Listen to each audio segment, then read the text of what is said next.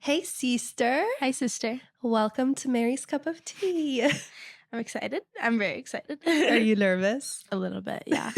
That's okay. We'll warm up because we'll talk like how we always talk. We just Yeah. be yapping all the time. Yeah, talking a little shit, a little... But you know what? It's okay. It's okay. That's what sisters are for. Perfect. Hi, hello. Welcome to Mary's Cup of Tea, the self-love podcast for women, though all self-lovers are welcome here. I'm Mary. I write and speak about self-love, and I'm best known for my book, The Gift of Self-Love, and I also host retreats for women. And this is the podcast that will inspire you to love yourself. And this episode is long overdue because we've been wanting to record a podcast together for over a year for your 16th birthday. Yeah, I turned 17 2 weeks ago, just to put that out there. So I've been percolating on this for over a year. And in my defense, look how beautiful my new podcast studio is. Absolutely gorgeous. Look at this lighting, the placement, the walls, everything about it looks great. This is what I wanted for us. Also, I'm now noticing that you're wearing a silver bangle and I'm wearing a gold bangle. Twins. You're the gold to my silver. Oh, yes. Stop. Well, let's start with the question that I ask all guests that come on the podcast.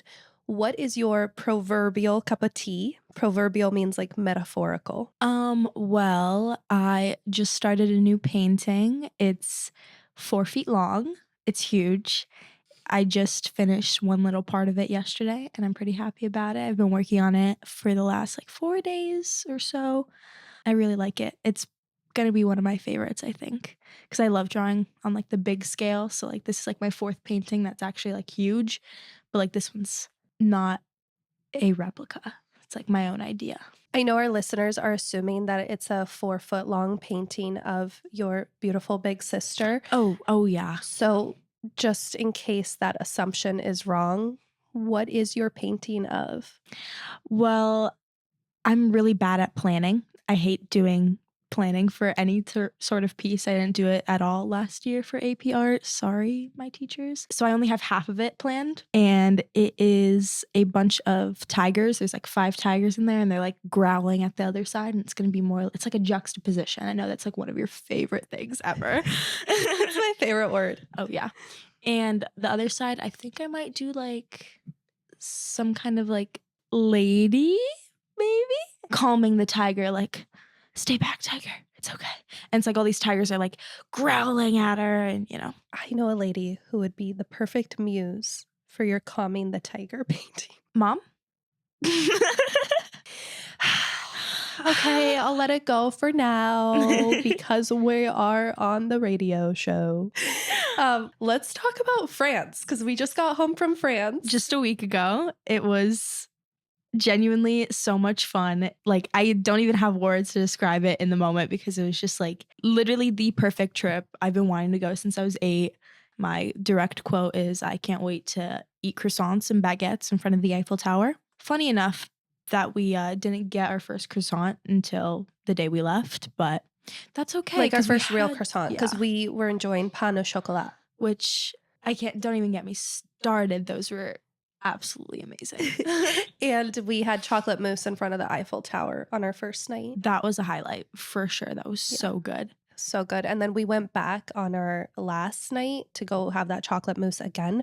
But they freaking somebody booked out the whole restaurant for a private party. They were partying at the top of, because it was on the Seine, and there was a rooftop, which is where you could see the Eiffel Tower. And there was a bunch of people in there. They were partying, and then we walk through, and it's booked out. Ilana literally goes to the poor host guy. She's like, you ruined my birthday. Okay, I wasn't that aggressive. I was like, it's okay. You just ruined my birthday. And then I walked away. I was more sassy with it. Okay, yeah, that's right. Let's talk about why did we decide to make this a sisters only trip? My mom did want to go with us, but that wasn't until after we already booked the tickets, after we decided, because her motto was that she hated France. Okay, backstory here. I was conceived in Paris. Did I tell you this? No. I was conceived in Paris. Lucky you, I guess. I was conceived in Arizona. Probably next door to my bedroom. Sorry, this is so gross. Oh, Okay. yeah. So backstory, I was conceived in Paris. It's where my parents went on their honeymoon. My mom went there with my dad. My dad sucks. So she didn't feel the need to go back. Fair. Yeah, it makes sense. When we said we wanted to go to France, mom was like, I don't want to go there. And then I found a straight flight from Phoenix to France, which they had just opened up. It was just so clutch. So mom at first was like, well, what if you girls just like went on your own, whatever. And then as soon as I actually booked the tickets for us to go on our own or whatever, she was like, well, maybe I want to go with you. Are you sure? Are you sure you want to go by yourself? And then at that point, we were like, this has to be a sister trip because it was your first time abroad, right? Yes. First time overseas. We also just like have never really done anything like that. And I wanted to make those core memories. Definitely. Besides going to camp, I feel like that's the only time we've really like traveled together. Just me and you. Just camp. Just me and you. And then I talked to a retreat sister who's come to 2 retreats before. I believe she has French Canadian origins, and her first trip abroad was also to France with her big sister or her little sister. Anyway, she was telling me during the retreat in December that I had in Portugal over dinner, she just spent an entire dinner convincing me to take you to France. So you have to write Janelle a thank you card. Thank you, Janelle. Thank you. It was best trip. She said me and my sister fought and we laughed and we had so much fun and we made core memories, and it was like all the sisterhood experiences packed into one trip. But I mean, we didn't fight that much. Did not fight that much, We surprisingly. did very good. Like what, 1.5 times? Yeah. 2.5 times? Are you counting the time that I started crying? I'm counting that as the half. What was Okay. your half? Well, yeah, I guess that's my half too.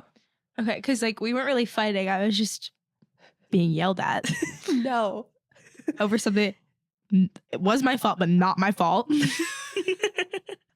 Okay.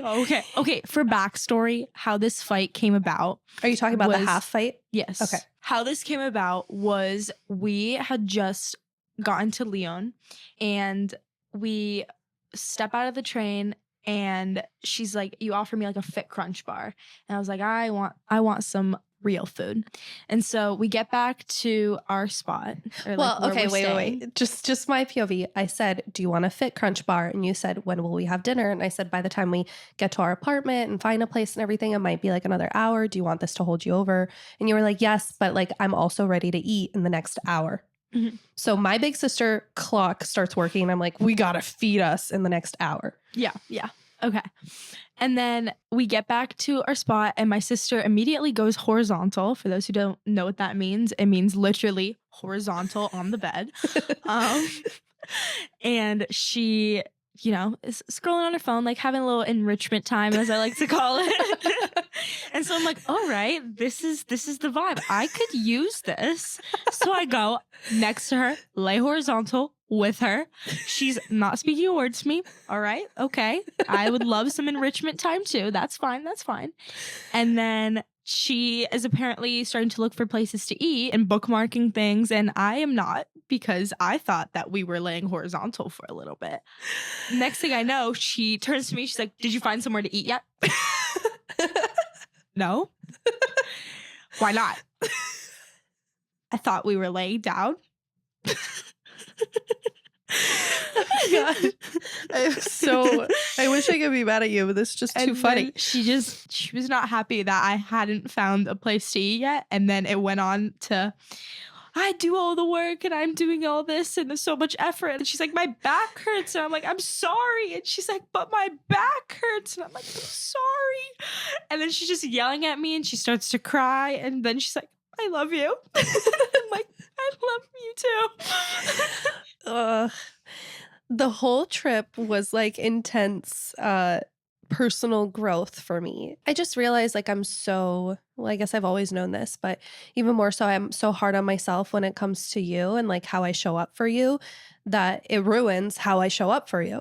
We noticed this, but not that it ruins it, but it's definitely the overthinking is there.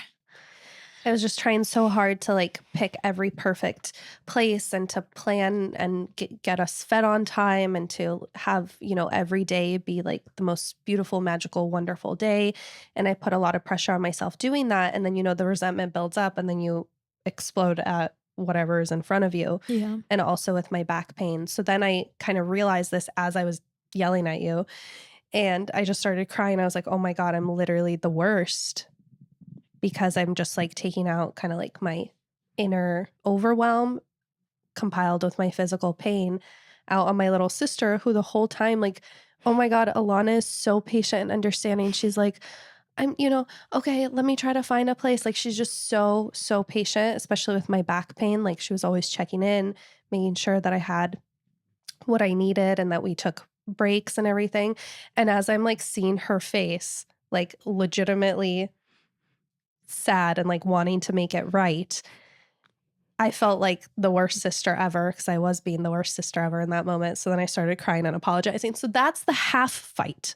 Yeah. The other fights, which were, I feel like arguably were even more stupid. I didn't want to try her tartine. She didn't. I had the best tartine. You're minimizing it. You're invalidating my feelings. I apologize. This was on like our 10th day together, okay? It's our like second to last night in Paris, right? The whole trip, we share food. The whole trip, we shared every single meal. Like we always got the 2 or 3 things that we wanted and we would share them. That's what sisters do. That's So what people who love each other do. We'll continue, because then I'm going to butt in later. The waiter at this one French place recommended, and also was our first French restaurant. The 10th day of France. Like our first. After like a 6-hour-long train ride. Yeah. We really wanted French onion soup, but they didn't have it in the summer. So anyway, we went to this restaurant and the waiter recommended the tartine, which is like toast in French, I guess. Tomatoes on top. Everything's like nicely marinated. It's so yummy and delicious. I say, hey, do you want a bite? She says no. I did say no. So I said, why are you mad at me? I don't want the tartine. And I said, what's going on? What did I say? What did I do? That you did not say that. You go, okay, fine. Okay. Don't. In my head. Don't. You're invalidating my feelings, my perspective.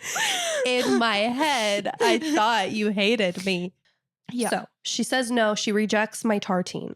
I think, why do you hate me? But I was like, okay, whatever. Meanwhile, Alana's eating escargot. I'm having some of it. I'm loving it. Go ahead. She's like, I think you've had escargot before. And I'm like, no. Because I feel like I would remember if I ate something that I wouldn't usually eat, like, oysters or a snail or frog legs or something that's just out of the ordinary for me. So I'm like, no. And she's like, no, I think you did. Because we went on a cruise when she was 5. 5? No, wait. No, you were probably 7. And you tried escargot then.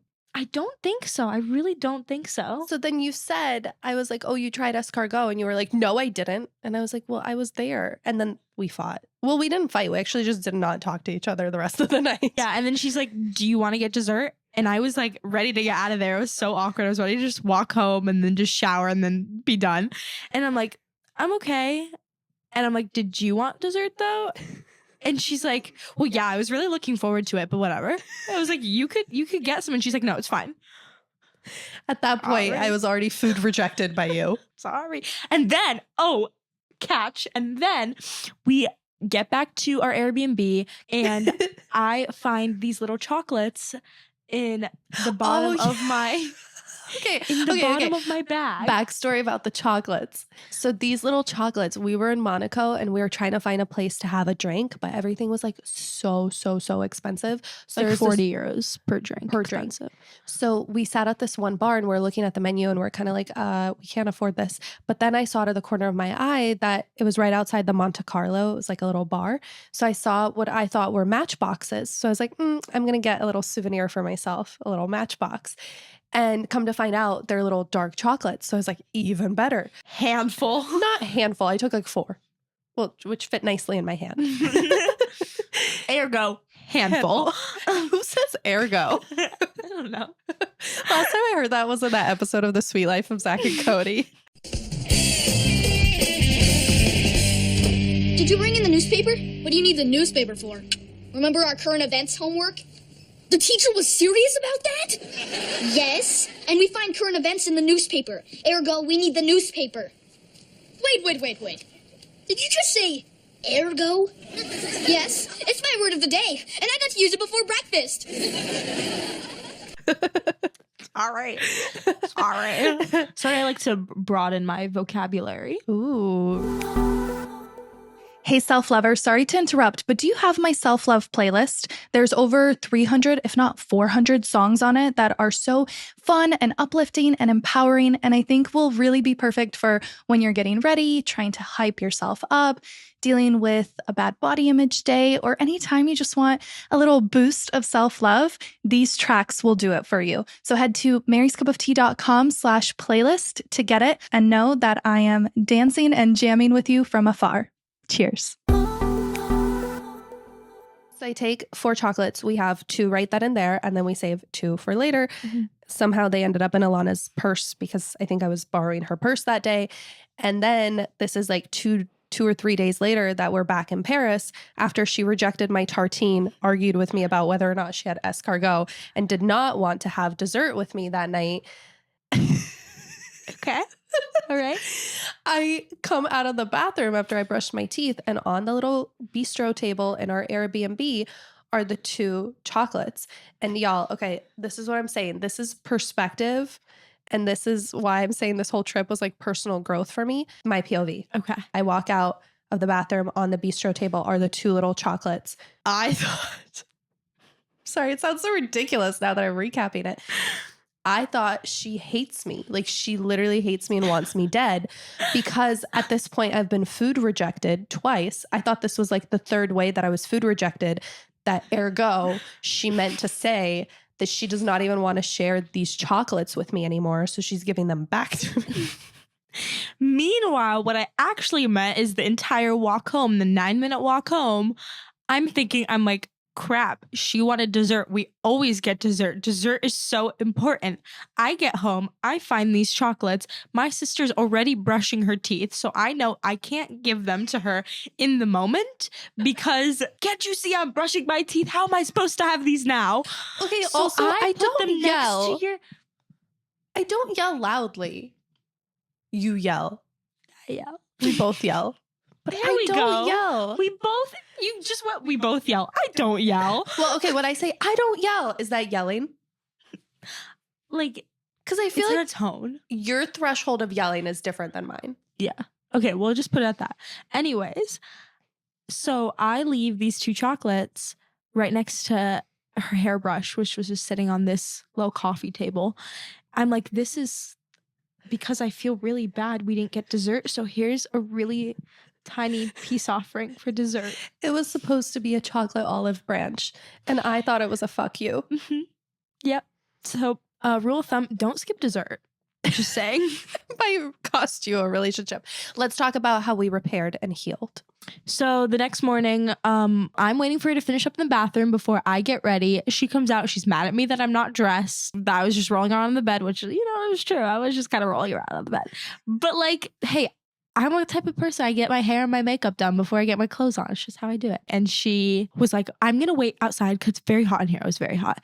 If you're not out by 12:07, I'm just gonna leave and walk away without you. And this elevator, I'm like rushing as soon as she leaves out. This elevator takes so flippin' long to get up and down. So I almost missed the deadline. She's starting to walk away as I walk out, and I'm like hurrying up, trying to catch up right behind her.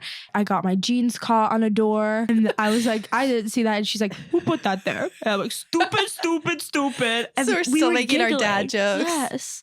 So then I take her to the best bakery in all of Paris. We get a sandwich. We get the best pain au chocolat I've had in my entire life. We went the next day. Yes, we went back the next day and got another one. It was that good. So good. It's called Mamich. Yeah, they've got a couple locations. It was so freaking good. And we get our food, our lattes. We're carrying them. We go to the park. We sit down in silence. We start eating in silence. We're looking at the birds in silence. We turn looking towards each other. She's like, well, now that I have food in my system, I'm sorry and I love you. I go, I'm sorry and I love you. Boom. Done. That's it. It's not even an exaggeration. It's like over 15 hours of us not talking to each other. And it's just, I'm sorry and I love you. After a bite of pain au chocolat. So I'm just saying, food saves lives. Dessert, order dessert. Can make or break a relationship. Is so true. Yeah, we should have some dessert after this. Okay, so we talked about, we really dove into our lows, our 1.5 fights. Now let's talk about the highs. Highs. Ugh. Right off the bat, I feel like everyone says this, but the Louvre, it's genuinely, there's so much to see. It's true you can spend days and days and not see everything. And like we missed like a whole section because we were just like really trying to go through all the other sections. It's really easy to get lost. And it's just, there's so much. Like, yeah, the Mona Lisa's cool, but like look at the 3 paintings surrounding it. Absolutely amazing. Like I don't even have words for it. There's statues, there's paintings, there's jewelry, there's a Louvre couture where they show. You mean couture? It's couture. She's making fun of me because I say couture. Okay, do you say juicy couture or juicy couture?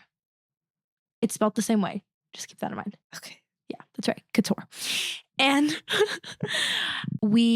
there's a couture place, which like I'm mentioning this because I love fashion. Like I genuinely, it's one of my biggest things that I really want to do. And they had a original, like on display, Vivienne Westwood dress. And I was just like in shock. I was like just staring at it because it was so beautiful. It doesn't look like anything she's created, but like it also does at the same time. Like I don't even know how to say it, but they've got a whole section with like rooms decorated to match these dresses and the themes, and there's stories behind it. And you'll see like people like in chairs sitting with their watercolor and sketchbook out, like recreating these, especially if you're even minorly into art. It is so unbelievably worth it. We spent almost 5 hours there and it was not enough. It really, really was not enough. Yeah, we got kicked out. Yeah, they came and they were like, oh, come on, it's time for you guys to get out. And they like walked us out because we were there a little bit past 9. Oops. It's insane. It was genuinely insane. It's so worth it. And I'm so happy I had the opportunity to go there, especially after my freshman year. I like had a little interview for art stuff and they're like, where do you see your paintings next? And I made like a little joke saying like the Louvre. And then when I came home, my mom was like, so did you find a spot where your painting would go? Mom said it like dead ass. She like wasn't joking. She was not giggling. She was like, did you find a spot? I'm like, yeah. I wasn't going to ask you this till later, but I think it's the perfect moment for you to tell us, like, how has art shaped your self-esteem? Honestly, it's just kind of always been a part of me. And I don't even know how to describe it. I've just kind of always loved it. Specifically, my teacher. She has taught me just to notice like little things and pay attention to details, and I guess it's a blunt way to say it, but to like do things right versus rushing things, to like take your time to actually pay attention to the detail, pay attention to the way the light hits, like the shapes, the steps, using it correctly. And then after that, you kind of branch out and do whatever you want, if that makes sense. But it's always been a gateway to kind of like, oh, I am having a rough time. I sit down with pencil and paper and I'm just sketching, even if it's just scribbles. I feel like it's a healthy way to just relieve whatever tension or stress or anything that's just like built up, because there's so many ways to interpret art. You could draw an apple and it could mean something completely different because it's what you made it mean. Do you think of yourself as an artist? Ooh, I feel like anyone's an artist, and I feel like that's kind of a weird thing to say. It's like Ratatouille. Anyone can cook.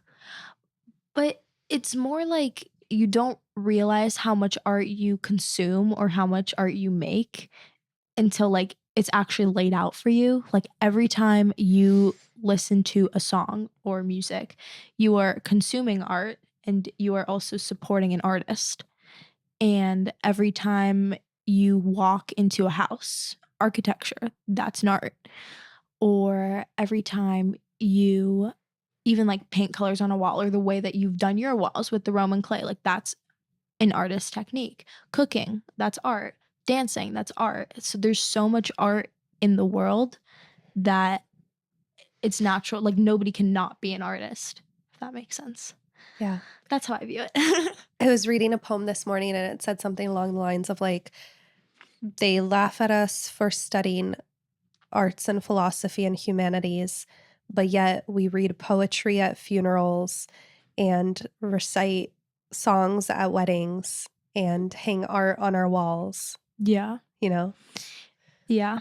Yeah. Like our most sense. critical moments and our most precious spaces are filled with a piece of someone's mind in an art form. Yeah, that's really true. I wouldn't say it's hard to be an artist, but to have the ability to convey what you feel in your head, that's what's the hard part. And that's what differentiates like the average person from an artist. It's cool that you have, well, I am so honored that I got to experience your art teacher because I also used to take art classes from her. So this is my favorite story to tell. My mom, accurately my mom though, because this was before you were born. Okay. Okay. My mom and I, before Alana was born, okay, you were in her belly. She was pregnant with you. Okay, so my mom, my womb holder. She signed us up for art classes at this Russian lady in town who has an art school. And all through her pregnancy, me and my mom would go take art classes. I stuck with it for maybe about 2 years. And my mom would paint so much when she was pregnant. So then somehow the running joke in our family is that Alana somehow came out as an artist. And it's because mom was painting when she was pregnant. So then we were talking about this and I turned to mom and I was like, well, what did you do when you were pregnant with me? And my mom, again, dead ass, unironically goes, learned English. So I speak English and Alana makes beautiful, breathtaking paintings. You know, equal. But I got to experience the same art teacher that Alana still has till this day. You've been in art for what, 8 years? I have done her art classes for at least 2 hours every single week since I was 9 years old. Even on days that like I would miss a weekend, I would make it up during the week. Like I've not missed a single art class since I was 9. And I am now, 8 years. I'm now 17. So yeah. And our art teacher, Lena, is like very traditional. She's very like by the book art techniques. It's very like realistic. You know, I think you have like Bob Ross energy inside of you, but the core of like who raised you as an artist is like do things right, patience, light and shadow, notice the structure. Yeah, she will tell you if something looks ugly. And I have been personal victim to that. And it actually is what got me into a program I am in at school, which got my art into a museum. So it's still there. You can go see Alana's art at the Scottsdale Museum of Contemporary Art. They've got an underlying theme of like identity, but like even if you don't want to paint about that, because like mine wasn't entirely about identity. Mine was more the exploration of color, which, fun fact, when I was 9 years old, was the only thing Lana said that I was good at was color. She said I didn't know how to do proportions and that I was just not very good. She's very blunt. Like picture a blunt Latvian lady. She's definitely calmed down, at least towards me, over the last couple of years. But I would like to say I maybe have gotten a little bit better. I don't know if this is PC, but like you have kind of earned her respect, I guess, and adoration too, just like being close over the years. Yeah.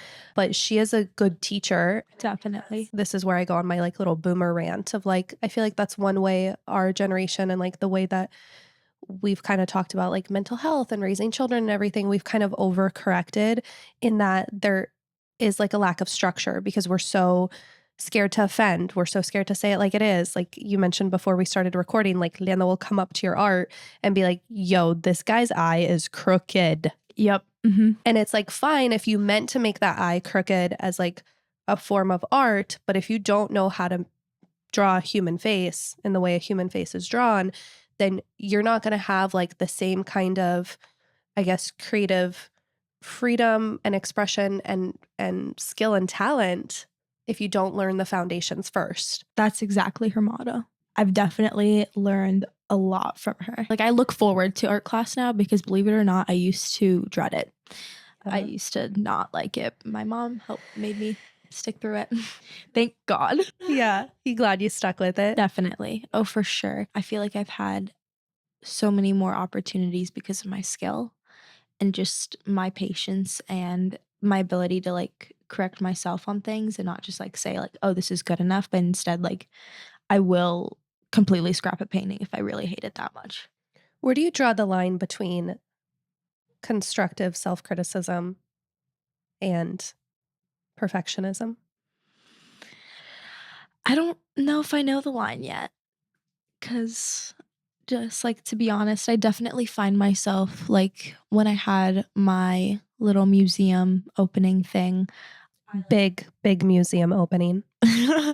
um, whenever even like strangers would come up to me and be like, wow, you did this, like this is amazing, and like look at it, read my artist statement, I would like feel the urge to just like, oh, well, I don't like how this looks, and like point out all the things I don't like. Like, I have a painting above my bed, and every other night I like look at it and I see the one red strike that I did not do on the other side, because it's like the back of a person, it's like spiritual, and I did one red strike on one side and I forgot to make it symmetrical, and like it bothers me so much. So whenever like a friend comes over and points it out or like talks about it, I'm always like, well, I didn't finish right there. I don't like the way that looks. I like this part, but I hate this part. So I don't know the line yet, but I'll get there one day. It's interesting because that's not why your friends are talking about it, right? But we somehow feel the need to like preemptively apologize for what we see as a flaw. Exactly. And I feel like we talked about this where you said that whenever we look in a mirror, like ourselves, when we look in the mirror, we look in the mirror for the purpose of changing something about ourselves. While when we look at another person and we look at somebody that we love or even like another person on the street, we're usually looking at that person because we like something about them. While like we always feel the need to just like change everything about ourselves. And that's why we have mirrors in our cell phones and are constantly like looking at ourselves as the second we pass a reflection. It's so hard not to body check. So unbelievably difficult. We literally started in France, we started calling each other out when we like would walk by a reflection or like a window or something. Be like, you looked at yourself too. But it's so hard not to. It's just everywhere, and it's so like normalized to just be constantly looking at yourself. I definitely feel like people were happier when they couldn't look at themselves. I actually got that from Shan Boodram, who was on this podcast. It was a podcast about sex, but don't listen to it. She said that about how with like just body image insecurities in general, how she started looking at herself in the mirror just to exist with herself. I personally try not to look at myself in the mirror, but this was a different perspective where she said I would sit in front of the mirror and just like exist with myself, because every other time I'd look at myself in the mirror was to fix my hair, to do my makeup, to change something. Whereas when I exist with my husband or somebody I love, you know, I'm just looking at them because I'm listening to them, because I just see them for who they are, and I'm not like picking apart their skin or popping their pimples or fixing their hair. And I just, for some reason, it just like really hit me, because every time we're faced with our own image and appearance, we critique it. And I think art is a piece of you projected onto a painting, so it's also hard not to. Exactly. Well said. One of my highs from our trip was pizza night. That was so much fun. It was so simple, but so like, I feel like we bonded so much on that night. First of all, our view was absolutely beautiful. So, okay, we saw this TikTok that said, if you're coming to Nice, go to this one pizza spot. They have 10 euro pizzas, get a pizza or two, and go on the little boardwalk so you can sit on the beach, eat your pizza with a view of the sea, which is exactly what we did. It was just so much fun because I felt like we were with ourselves instead of like in a restaurant with people. Like it was just us. Like, yeah, there were people around us, but like you literally balanced a pizza box on your head and walked to prove that you weren't tipsy from the wine. And I walked so straight. She did so good. She did so good. And guys, life hack, if you can't find pineapple pizza and you like pineapple pizza, like, I'm a weirdo. Like, I love pineapple pizza. I don't care what people say. Pineapple pizza is the best pizza. But they did not have They it in didn't have France. any. Wop wop. So we just got ham pizza, pineapple juice on the side, and just like, it was so good. Gosh, let's just go back. Okay, let's go. All right. I'm in. I can't wait to go back. I'm so stoked about this straight flight from Phoenix to France. I loved pizza night because we laughed so much. Yeah. And same with, I think it was the night before pizza night or 2 nights before pizza night where we had sushi night. Same thing. It was like casual. It wasn't like the best restaurant in town. Yeah. It was just a really casual night. And we were the only like- table outside. So it was also just us. That's a good observation. I talked your ear off that night, but I just felt very heard because I told you everything that happened with my ex and like how we broke up, and you listened like very well, or like the longest I think that you've been able to listen to me as like a kid. And I had this moment of like, oh, like she's not a kid anymore. Aw.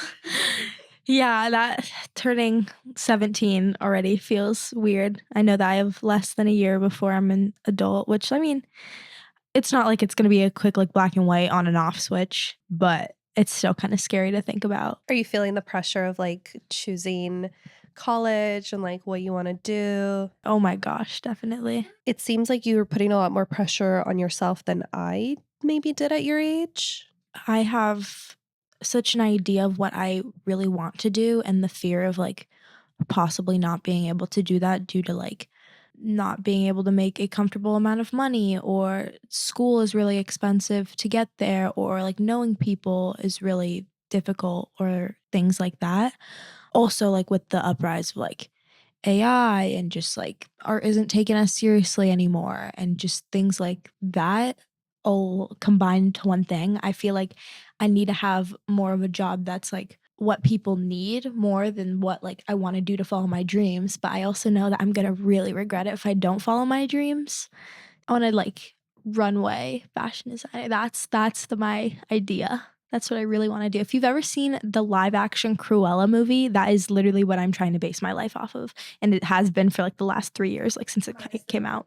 I wish I had advice for that, but I don't, because it is stressful even for me of like, what do I want to do next? And like AI also, and like, how do you make a living and do what you love at the same time? And I've been so lucky thus far, but it is kind of plateauing and slowing down, the amount of money that I'm able to make doing this and everything. So the practical side of me is also like, should I get a jobby job? I don't know. I still don't know. I really don't. I applied for like 40 jobs yesterday. I was just like scrolling on Indeed and LinkedIn and Nextdoor. It like just like gets to a point where it just like starts to hurt your brain, because then you just feel like you're putting yourself into a box of like, okay, well now I need to make money. Do I have these skills? Can I do this and that? And what's my resume look like? Does this even look good? Like, is this what I need? Is this qualification? It's just like so much. Yeah, I need to do that. You got this, sister. I need to update my resume though. Another highlight from France was the day in Lyon. So first of all, we loved Lyon a lot. Lyon was so that I think that might have been my favorite place. Yeah. Like I know Paris has all the touristy things that like you need to see, which is true, but like Lyon, it's so just like comfortable. Like it feels like you actually live there.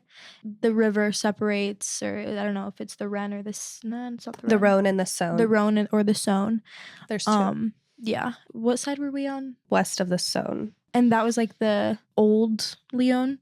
And then you cross the river and then you get into the middle part, and that's where like all like the shops and the clubs, and there's like this gay bar there, which was like great. And then there's like do a bike tour if you're there, because like it's awesome. I was expecting to Lyon to be my least favorite. Yeah, like we planned it. Our itinerary was Paris for 2 nights, then Lyon for 3 nights, then Nice for 3 nights, and then back to Paris for 3 nights. And the Lyon part was supposed to be like, rest, break, not much to do, to kind of like gain our energy levels back before moving on to like what we thought would be the highlight. But Lyon was such a pleasant surprise. It is the second largest city in France, and it just has the vibes of like big city, but also not overwhelming. And the food, like it's the gastronomy. Absolutely amazing. There was not a bad meal that we had there. Like they don't call it the gastronomy gastronomique capital of France for nothing. And my favorite day was the day that we went on a bike tour. We met this girl, met up with her later again. We yapped so hard, us three girls, that she literally missed her train to Paris. So she had a hard time like rebooking that. She finally figured it out, but it was just so fun. We just like ate a lot that day, crepes, and we ate at this like halal place that was so good. That's where you had your truffle ravioli. Oh, so good. Yeah, and it was just so fun to like meet a new friend, bop around the city, like chit chat. We were like on the three of us were on the same wavelength as far as like humor goes. We had a lot to relate to with her too, I feel, like as in like family aspects. It was very like meeting a different font of ourselves. Totally. Are we gonna talk about the haircut from hell? I think you need to take this away first. So I chopped my hair. In case you can't see, I cut off all my hair. I cut off 18 inches. That's 1.5 feet. 33 centimeters, 18 inches. It was down to my butt. I told myself as soon as my hair starts falling in my butt crack when I sit on the toilet to do my business, that's when it has to come off. It was just getting out of hand and cumbersome to function with, and I was really excited for short hair. I thought, what better place to chop my hair and get a bob than in Paris? So I had researched the shit out of salons, planned it, as I do, tried to plan it perfectly with our day so that we're in the neighborhood that we want to be in, so that we could take like the picture that I want, so then we can also go get my hair done and then go to the dinner spot that we'd like to go and have the mousse again, which ended up not being there for us. But anyway, this was our last day. Oh, I also did not tell my husband. I was just going to come back with a bob. So I had really high hopes and expectations around how the day would go, what I would look like, how the content and photos would come out, and how like our last night in Paris was. And I feel like the more I've just learned time and time again, the harder I try, the more it ends up fucking me. Yeah. You try and control the flow. Yeah, try to control the flow, and the flow does not want to be controlled. Yep. So I ended up at this salon that had superb reviews. I feel like you need to tell it because I don't even know how to tell it. All right. In preparation for this, my sister had asked like, oh, do you speak English? Which like, it's fine if you don't speak English, but be honest about it. And I took 5 years of French. Like my French is not terrible. I can get around if somebody speaks slowly. Yeah. And I messaged the salon in advance to make sure that my stylist was comfortable being on video because I didn't want to just like take videos of somebody who wasn't prepared for it. So I DM'd the salon and I said two things like, do you speak English and would my stylist be comfortable on video? They said yes to both. They were very eager to get you into the salon, but as soon as you were booked, it was like, okay, they're booked. Like we don't care anymore. So they stopped responding. Oh, this was the thing that actually broke my heart. Okay, I think I'm ready to tell this now. All right, I'm listening. Sorry. Thanks for planting the seeds. Of course. So the two things that I asked were, do you speak English? Is stylist comfortable being on video? And then once I was booked, I said, hey, it's my sister's birthday. Would it be possible to like surprise her with a blowout so that way she's not just like sitting there watching me get my hair done? I thought it would be like really fun for you to also get your hair done on our last night in Paris. So they were like, we'll get back to you. This was 6 days in advance. We were still in Lyon, haven't even gone to Nice yet. We're coming back to Paris the following week. So they're like, we'll get back to you. Did not get back to me. I followed up a few days later. Hey, checking in if you can get my sister. I keep getting their like automated DM response. And then the day rolls around and I'm like, you know what? I'm just going to like hope for the best. It was like a Thursday night. I've asked enough times. Maybe there will be a stylist there to take care of my sister. No response. We come in and like nobody was able to do your hair. And nobody even like said anything about it, which the only reason that upset me is because I didn't want to make the last day like all about me. And then again, the more I tried to not make it about me, the more it became about me because suddenly I was like stressed and flustered. And I hated that you had to spend our last day of the trip like consoling me once again. It was kind of a mess this trip. Don't worry about it. I mean, it could have been worse. So we get into the salon and not a lick of English. Not a lick of English, which is fine. And I'm like, okay, can you repeat, répétez, s'il vous plaît. I showed her a photo I feel like I'm losing my train of thought because I try to like block out this experience so badly. Basically, like she started very quickly tying my hair into, the rubber bands and just started chopping it. And I had asked Alana to take a video of my hair being chopped. I've been growing it for so many years. I really wanted it on a video. The stylist was like going at it so quickly that Alana didn't even get a single second of my hair coming off. The whole thing was just very, very fast. I felt like when somebody's doing like a big hair chop like that, I don't mind being treated casually. And I know it's like there are bigger problems in the world than like some white girl getting her hair cut. But it was like a big deal to me. And I was kind of prepared, I was expecting, which was my fault, but I was expecting a stylist to be like, okay, you ready? Un, deux, trois. And then like start cutting with the scissors. This happened so fast. It was really hot. I don't think there's aircon in many places in Paris. And I was trying to hold it together. And the more I tried to hold it together, the more I felt myself bubbling it up. So she shampooed. I'm like holding back tears. I'm trying to put a smile on my face, just like talk to my sister.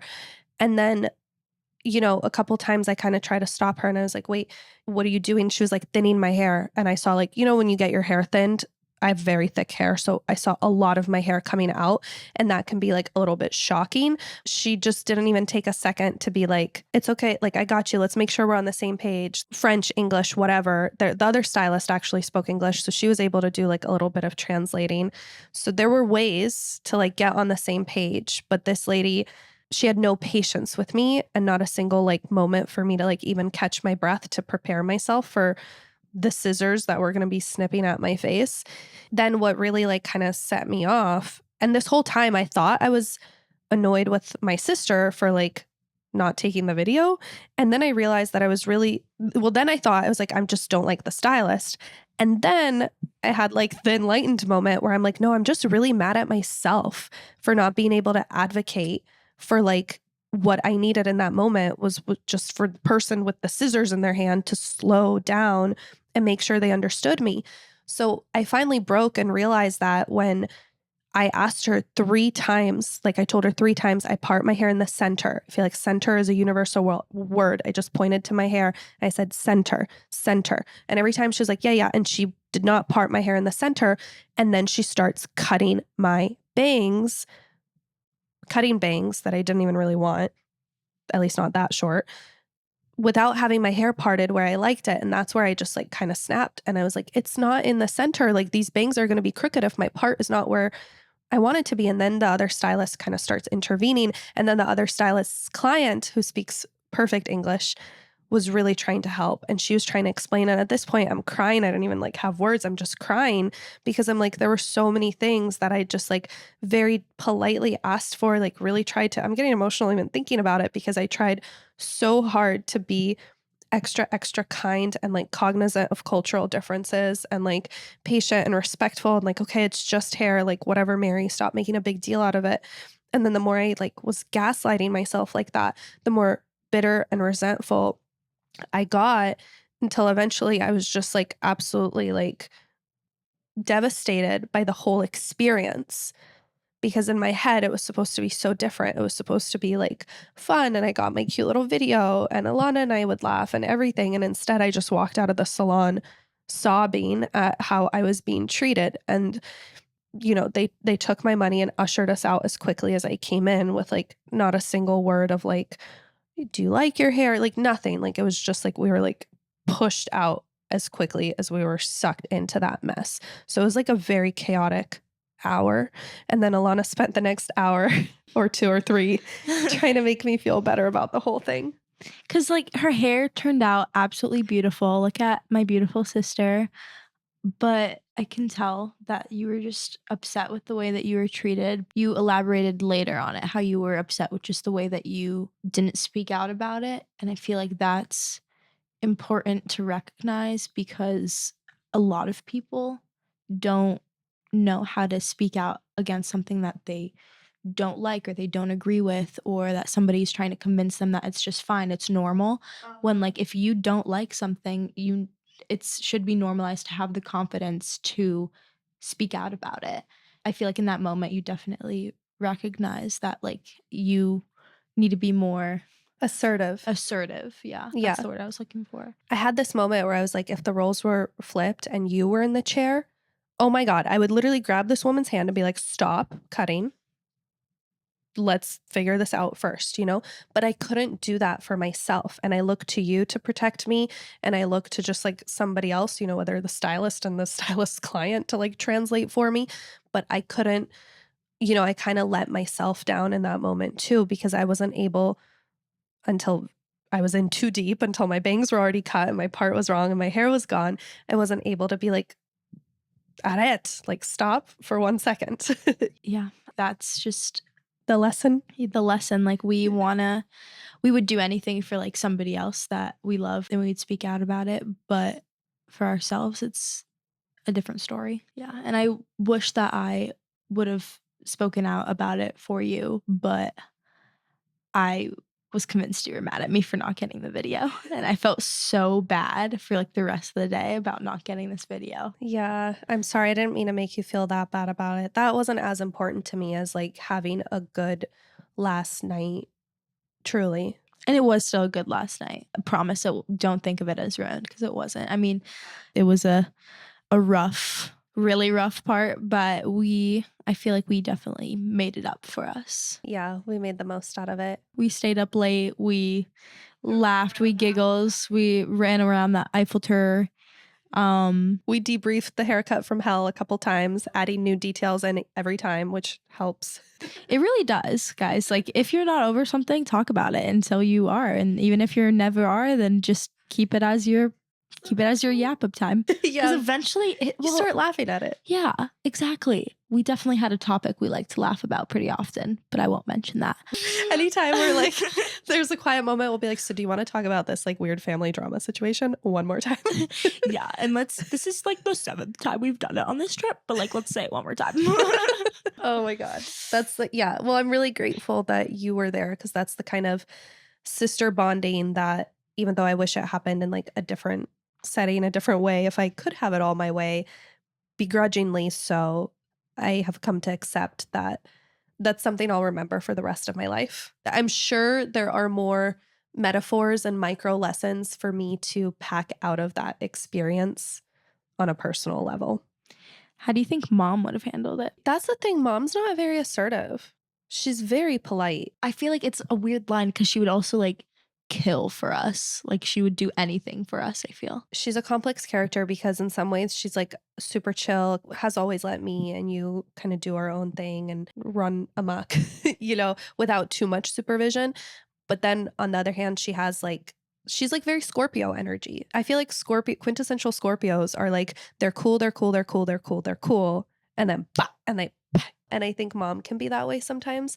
I feel like if we were to tell her this story, first of all, when I sent her a picture of my haircut, she didn't say anything. She didn't notice When it I at all. saw her, when I came over, she didn't say anything. And it was to a point where my husband was like, hey, Lena, do you like my hair? And she's like, yes, I love your hair. And Stan was like, do you like Ilana's hair? She's like, of course, I love Ilana's hair.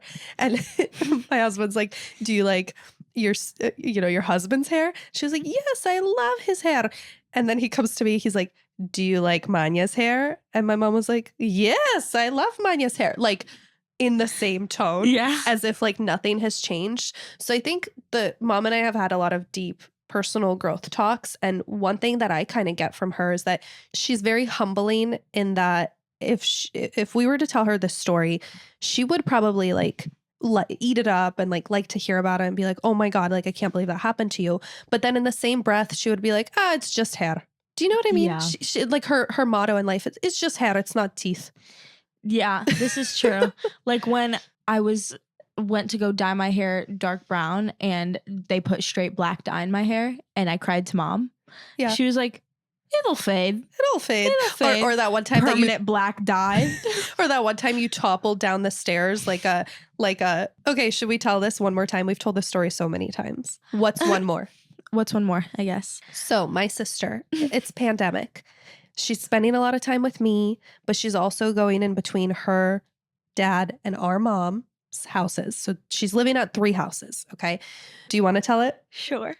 I had these 2 massive duffels full of like clothes and hygiene products, what you would take if you're going to sleep over at another parent's house. I also had these giant new boots that my mom had just bought me. Like, for a little backstory, I was in middle school. I was going through the awkward, like, trying to fit in with the alternative emo kids, but also trying to be like kind of cool enough for these alternative emo kids and figure out what I actually want to do, because I'm an art kid and I don't dress like everyone else. It was kind of giving Avril Lavigne punk with a big dash of floral. Yeah.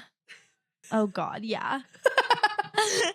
With my straight across bangs, my pin straight hair that wasn't straight in the back because I couldn't do it like that, my giant boots, my floral skirt, and my really tight black top. Oh, and don't forget the knee-high black socks I would wear with these boots. Absolutely insane. Okay. Anyways, I have these giant boots on with these giant duffel bags, and I'm at the top of the stairs ready to walk down. Suddenly I feel, I don't know if it was a gust of wind or like somehow I'm starting to lean forward.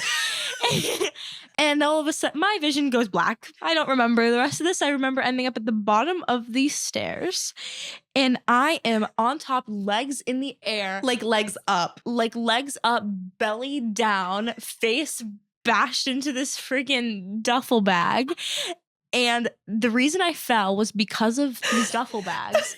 But also I like would have been concussed if it weren't for these duffel bags. And I don't remember falling down. I don't know how I fell down. So when she says I somersaulted. Somersaulted. Yes. Like a dreidel. Like a dreidel.